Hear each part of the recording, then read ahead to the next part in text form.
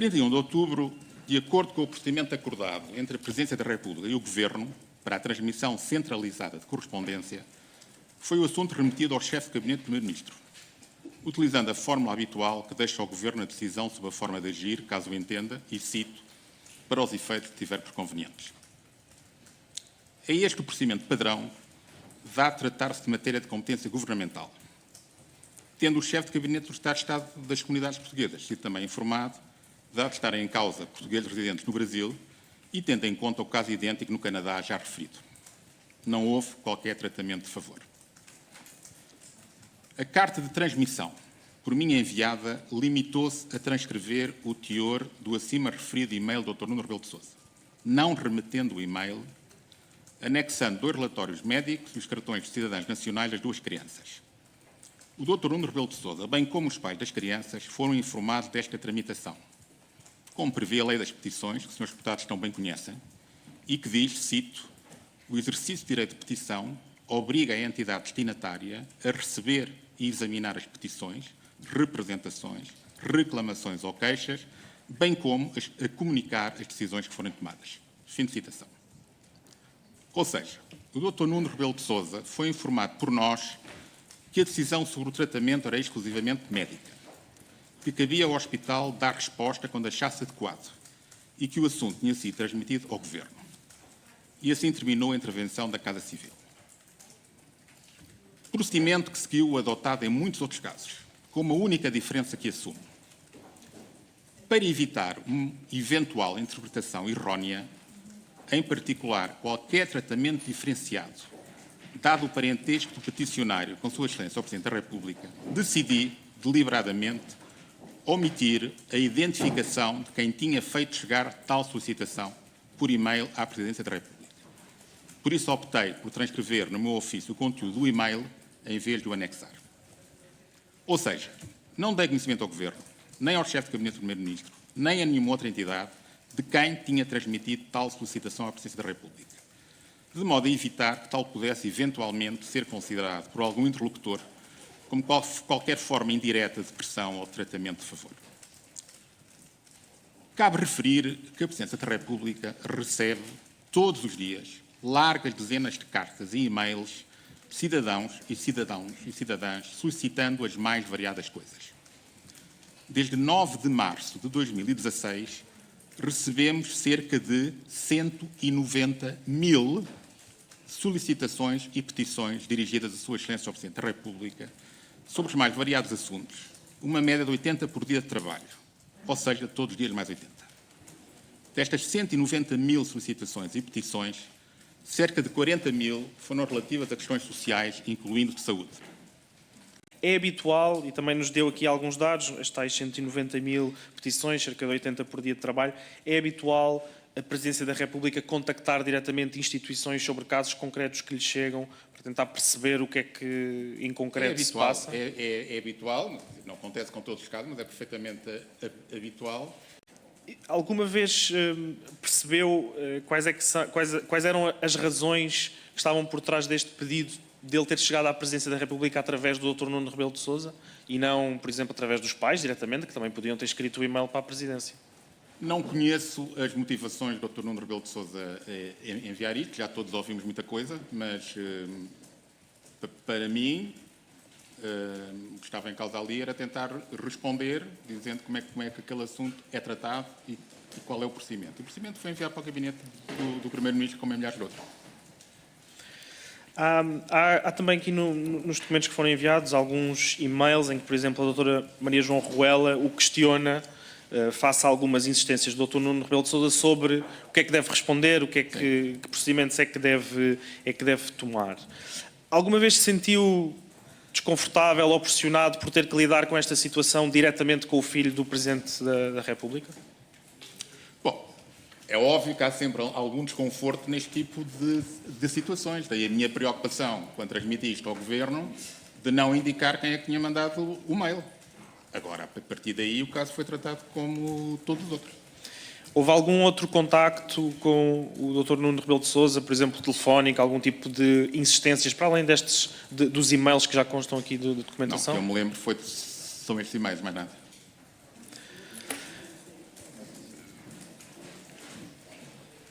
O Dr. Nuno Rebelo de Sousa alguma vez teve algum contacto com a Casa Civil da Presidência da República ou com a Presidência da República, para além deste contacto, para este caso em específico, e algum destes contactos esteve relacionado, em termos institucionais, e alguns destes contactos esteve relacionado com as funções que ele exercia enquanto Presidente da Câmara Portuguesa de Comércio de São Paulo, nomeadamente questões que estivessem relacionadas com negócios ou com alguma questão da atividade que ele exercia? Sim, eu lembro que o Dr. Nuno Rebelo de Sousa várias vezes acompanhou missões de empresários brasileiros ao Web Summit, nomeadamente, e normalmente pedia para haver um encontro com o Presidente da República. Isso aconteceu 2 ou 3 vezes, eu estive a ver e isso aconteceu nomeadamente em 2019, aconteceu em 21 e em 22. Nos outros anos não encontrei nada. Indo ao e-mail inicial, há aqui alguns conceitos e algumas frases que, com a experiência que tem, com os milhares de processos que lhe passam pela mão, obviamente que terá noção do que é que as pessoas querem ou insinuam quando dizem determinado tipo de coisas. O Dr. Nuno Rebelo de Sousa também sabe. E quando dirige o primeiro mail ao pai, diz o seguinte: a burocracia em Portugal é grande. E depois a seguir diz: precisamos de uma ajuda maior. O que é que isto em linguagem peticionária, para citar até o enquadramento legal, quer dizer? Ó, Sr. Deputado, eu acho que todos nós sabemos o que é que isso quer dizer. Não vale a pena estar-me a pedir para especificar mais. Agora, se isso quer dizer aquilo que nós pensamos que quer dizer, o Dr. Nuno Rebelo de Sousa não teve a resposta que esperava. Parece-me claro. Eu peço desculpa, mas nós, como estamos no inquérito parlamentar, só existe aquilo que nós dissermos. Aquilo que nós sabemos não é matéria de relatório se não for aqui dita ou explicitada. E, portanto, o que é que o Sr. acha que o Dr. Nuno Rebelo de Sousa podia querer e não teve? Ó, Sr. Deputado, eu estou aqui, mais uma vez, e penso que compreendo muito bem a minha posição, estou aqui para relatar os factos, porque acho que tive conhecimento. Não estou aqui para dar a minha opinião sobre eles. E, portanto, interpretar o que queria com aquilo ou não queria, acho que face aos termos em que eu aqui estou hoje, que é como testemunha, nos termos previstos no artigo 128 e seguintes do Código de Processo Penal, é o que me cabe dizer. O que está a dizer-nos aqui é que encaminhou como se fosse um pedido normal, de uma situação normal, apesar de saber que os cartões do cidadão foram para depois se obter um tratamento e apesar de saber que havia uma lista de espera, pelo menos na sua consciência, na altura. E mesmo assim enviei isto para o Governo, para o Primeiro-Ministro. Ó, Sr. Deputado, eu tenho estado aqui a referir desde o início que tratámos este caso como qualquer outro. Não o tratámos de forma diferente. Foi tratado exatamente como qualquer outro. Qualquer tipo de solicitação que nos tivesse chegado, fosse de quem fosse, teria sido analisado e, em função da análise que foi feita, teria sido transmitido à entidade que é competente. É isto que nos obriga a lei, nomeadamente o artigo 42 do Código de Procedimento Administrativo. Mas também obriga a cumprir a lei e a não atender a pedidos que sejam ilegais e irregulares, como o relatório da IGAS concluiu. Bom, sempre que nos... Sr.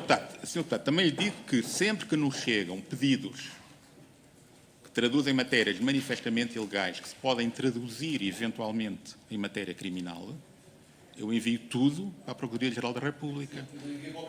Não, envio para a Procuradoria-Geral da República, assim cumprindo o artigo 242 do Código de Processo Penal. Eu quero lhe perguntar, se nós formos ver esses outros casos que refere, da Presidência da República, se nós vamos encontrar esta diligência que foi feita aqui em todos os casos.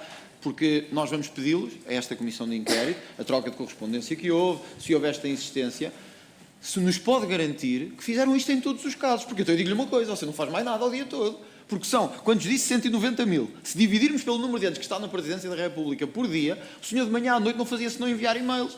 Ora, o seu trabalho não é esse, eu já o encontrei muitas vezes lá, estivemos lá, você está o dia todo a enviar e-mails. Portanto, não é verdade que tenham dado o mesmo tratamento a todos os casos.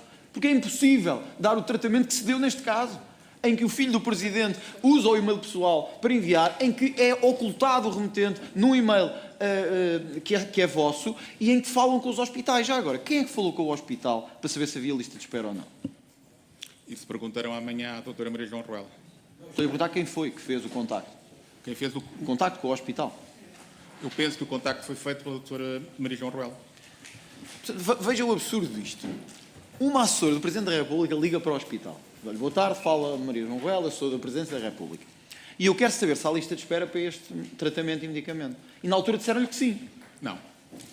Não estou a falar Então como é que disso. concluiu que havia lista de espera? Não estou a falar disso. Eu estou a dizer que se tentou saber junto ao hospital como é que este tipo de casos eram tratados.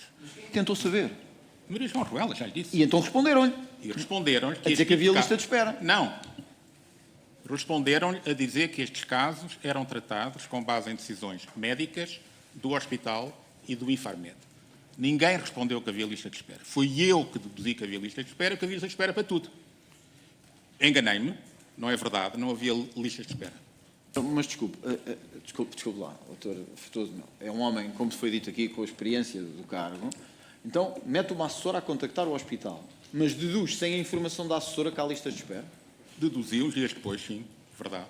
Mas então porquê é que pôs a assessora a falar com o hospital se já ia deduzir de qualquer maneira o que queria? Mas o senhor, desculpe, o senhor Conselho de Estado está a misturar duas coisas. Peço desculpa de dizer isto. Uma coisa é